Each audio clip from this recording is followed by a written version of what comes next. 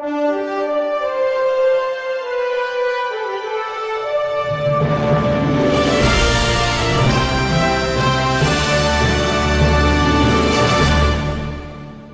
name is Keenan from Henrac Technology, and today I'll just be showing you a few functionalities of the MXQ Pro Plus, available on our website www.hdmi-led.co.za. So first thing that I'd like you to do is go into your settings, and of course this is a Wi-Fi enabled box, so first things first is get yourself set up with an internet connection. Currently I'm connected via Ethernet, which is a much more stable solution for online streaming. Otherwise, you will be able to connect to a Wi-Fi network if your box is not in close proximity. So right now, the device should start scanning and pick up all nearby networks, but I do recommend that you use your own and not your neighbors. Alright, so here's our two different networks. Here's our extension and our standard Wi-Fi. We're using a 10 megabyte per second ADSL, which is perfect for streaming.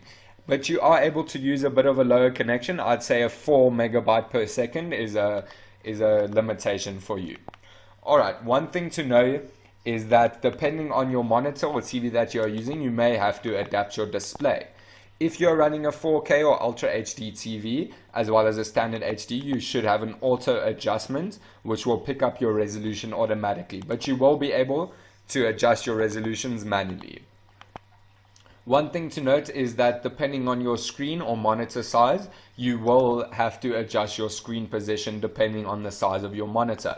Currently I'm using a standard 22-inch LCD, which I'm currently on 100% and everything seems to be in order. So I'm happy with that, but you will be able to adjust your position. On larger displays, you may need to put it to full contrast, which will then fit your screen edge to edge. One thing to note is that this box, the MXQ Pro Plus, does have a 16 gigabyte onboard memory, so you will be able to store many applications. But I do advise, if you are not using the applications that have been pre-installed for you, I do advise that you uninstall it.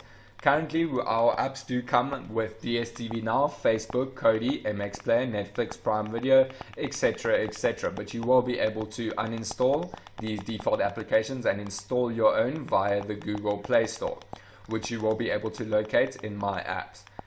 There we are. Alright, so one thing also to note for those of you who don't like this general setup, you will be able to set this as your default startup, which I tend to prefer more than the default startup that originally comes on the box, as it is much more simple to use.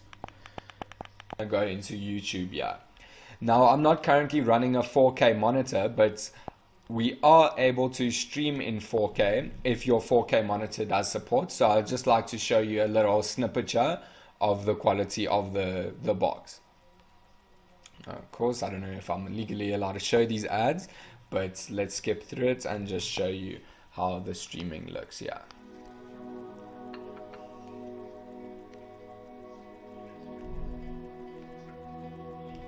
As you can see, very nice quality. You can see the small droplets on the snake, the fine hairline of the sloth. Very excellent quality, if I do say so for myself. Alright, so I'm currently using the i8 keyboard, which has many different functionalities for your own user interface. What's very nice about this is in later videos I'll explain to you all the functionalities of the i8 keyboard, which will make you an absolute tech genius in your home. One thing to note is that you will be able to close your tabs, change your backlight, volume control, etc., etc. But please guys, can you subscribe to this YouTube channel for more videos about your Android TV box, and feel free to drop a comment below about our service or